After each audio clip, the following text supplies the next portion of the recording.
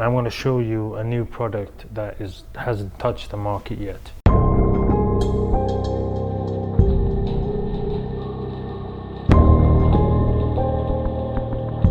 So we want to talk about materials, styles, prints, embroidery, all of that kind of stuff, the way that you can customize your uniform.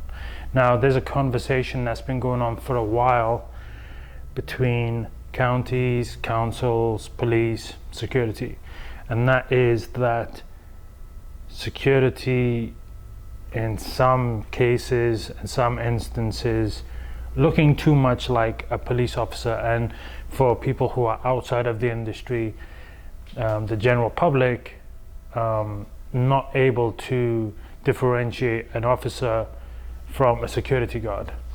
And that has proven to be problematic. Anyway, when it comes to security, obviously having a good professional uniform is key.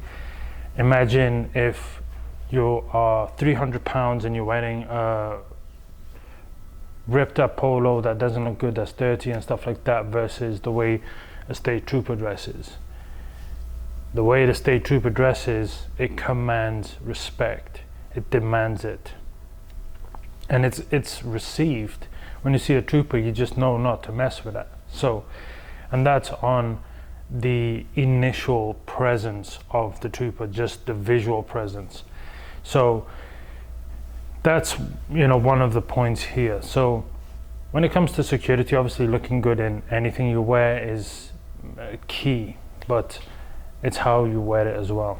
There are a few options. We do have the Class A options, which is your standard button-down shirts with the traditional patches, your name tag, your security badge, all of that kind of stuff. Sometimes a tie, sometimes a jacket over it, like a blazer.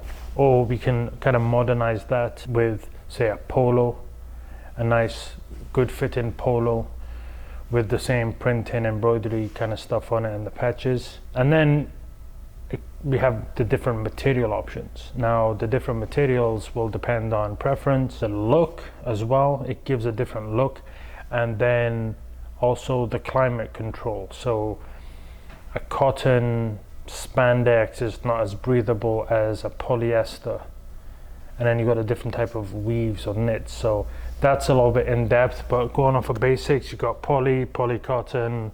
Cotton is not really used. Polyester being breathable, and it doesn't need to be pressed as much as a polycotton or cotton. In the colder states up north, they would use a wool poly blend, again for the climate control. So there's many options. When it comes to customizing your uniforms, we have a variety of options on that as well. So you can, if you're a big agency or a good size agency, yes, you can do the bulk orders of the things like the patches. That again is a traditional thing. But we're in 2024, technology's robust. We're working on bringing new things into the uniform market. So one of the main examples is that we really enjoy is the 3D silicone prints. Now, when it comes to printing, you may think of just like a standard run-of-the-mill, text on a shirt. But with the 3D printing, it's embossed, it's clean, it looks professional, and it looks modern, okay? And you can do text, images. When I say images, kind of like vector images, so kind of a one color image. If you think of logos like Nike or Reebok or Puma, those kind of logos, they look really good in a 3D silicone print. We can do 2D also. It's just 2D, but it has a different feel to it. There's a more premium feel to it, and that is a premium print. You can do the vinyl print, which would be good for small orders. So hey, I need one shirt with my name on it or the word security on the back. Vinyl may be the way to go because it's easy to just do one in and out. With the silicone prints, it's like a minimum of 100 of the design that you want. And then if you wanted to do a batch of printing, screen printing has been okay in the past, but I would steer away from that because it does tend to crack when officers are not washing their uniforms properly. Everything has a shelf life, nothing lasts forever. But the screen printing, it's an expensive process. It's more expensive. So the vinyl is easy for small jobs. If you do a big job, it would take time. Screen printing takes less time, but is more expensive.